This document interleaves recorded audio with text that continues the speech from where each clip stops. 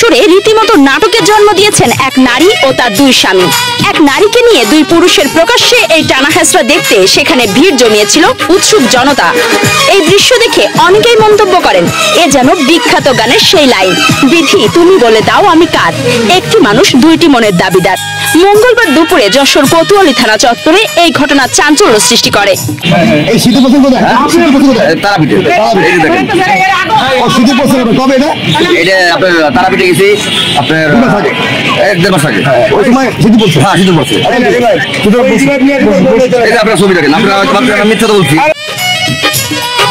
ঘটনার মূল নারী সীমা অধিকারী, যিনি প্রায় 36 বছরের সংসার ছেড়ে দিয়েছেন।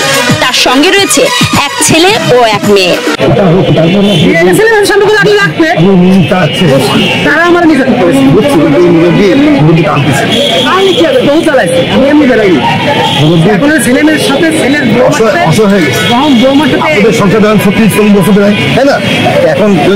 আমি সহ্য করতে করতে না আমি দেখলাম পরে আপনি বাধ্য হয়েছিলেন এই পথ বেছে নিন, তাহলে আপনাদের বিয়ে হয়েছে এই ডকুমেন্ট স্বামী। আমি 3 মাস আবেদন নিয়ম কি আমাদের প্রথম স্বামী ছেড়ে দিতে হবে নাকি আর ওই স্বামী দিনা পালে যেন থাকে সেটা কি হবে?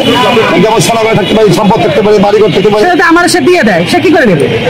মানে আগে দিয়ে দিচ্ছে, আমি তাকে জোর করে নিই না, তাতে দাবি না, তার দাবি থাকে কি সেটা দিয়ে গেছে, আপনি এই মোবাইল আমার দিয়ে দেবেন, কিছু দাবি দেখেন না।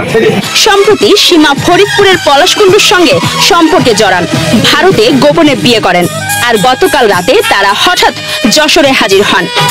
বিকাশ অধিকারী তার প্রথম স্বামী হোটেলে পৌঁছে চরম উত্তেজনা সৃষ্টি করেন, হাতাহাতি থেকে মারামারি। ঘটনার প্রতিটি মুহূর্তে থানার চত্বর যেন নাটকের মঞ্চে পরিণত হয়।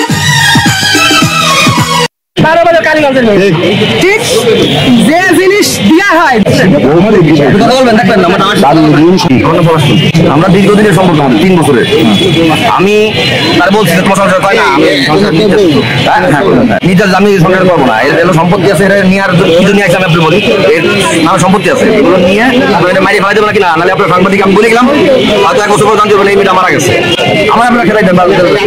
হ্যাঁ, আমার পুলিশ 999-এ কল পেয়ে দ্রুত ঘটনাস্থলে এসে 3 জনকেই থানায় নিয়ে আসে।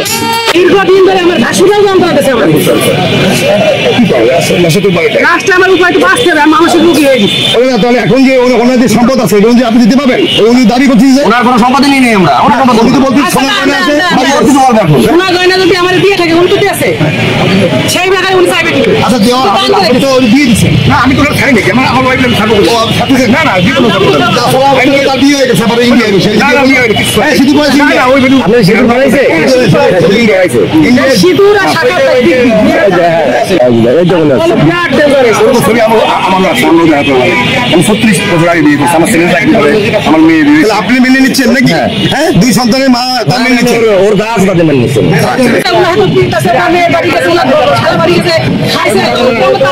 সেটা তুমি কিভাবে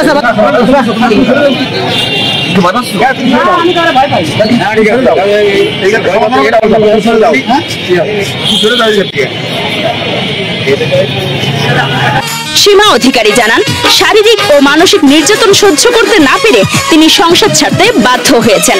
পলাশকুণ্ডু বলেন, আমাদের সম্পর্ক স্বেচ্ছামূলক এবং আমরা একসাথে থাকতে চাই। তবে বিকাশ অধিকারী দাবি করেছেন, সীমা সংসার ছেড়ে যাওয়ার সময় নগদ টাকা ও গয়নাও নিয়ে গেছেন। তিনি চাইছেন যে কোনো মূল্যে সীমাকে বাড়িতে ফিরিয়ে আনবেন।